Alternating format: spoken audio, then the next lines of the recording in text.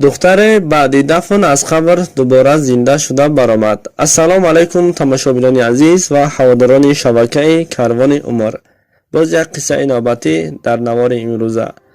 در یک خانه مادر و دختر تنها زندگی میکردند. شوهرش چند سال پیش وفات کردگی و این زن باشد دو زندگی میکرد و لباسای دخترش را فروخته با همین زندگیش را پیش میبرد.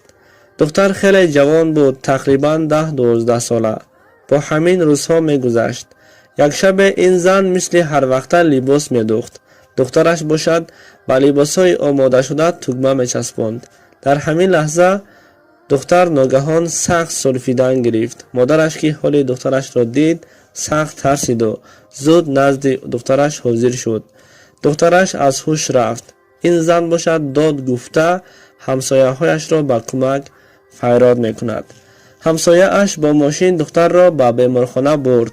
دکتران باشد برای تشخیص کردن او را به رانیماسیا درآوردند. افسوس که بعد از چند مدت دکتر برآمده یگان شخصی نزدیک این دختر هست گفته پرسید.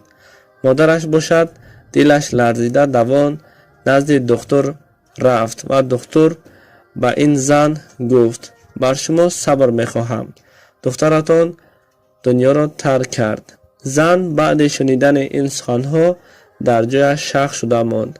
همسایه هایی که حال این زن را دیدند او را به خانه اش رساند و دخترش را بعد نماز بامداد دفن کردنشان را و با همین آمادگی دیدنشان را به مادر دختر گفتند.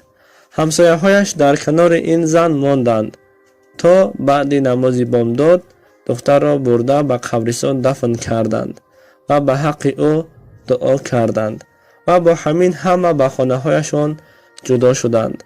زن طول روز در فکر فرو رفته بود. این واقعه به مادر دختر سخت ترسید کرده بود. با همین شب شد. ساعت تقریبا 21:30 بود.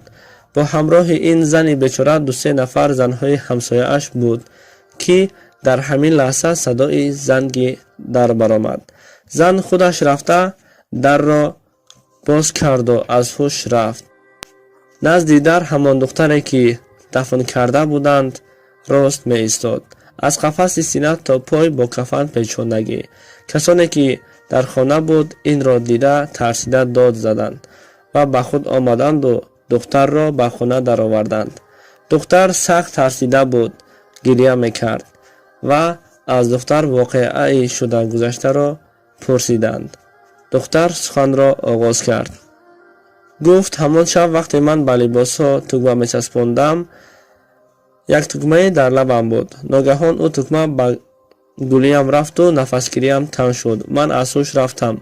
وقتی در رانیماسیا بودم کمی به هوش آمدم. صدای دکتران را شنیدم که میگفتند این دختر الکی دنیا را ترک کرد و من به شب نمیتوانستم که چیزی به آنها بگویم. با همین من را دفن کردید و تگمه آهسته به شکم رفت و من نفسگیری را آغاز کردم و کوشش کردم تا این بگاه من قبر را باز کرده باز به خانه برگشتم.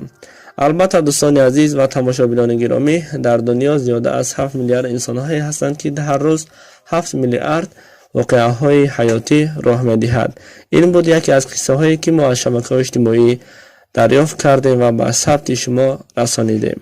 خدا نگهبان تا صحبت ها و نوارهای آینده.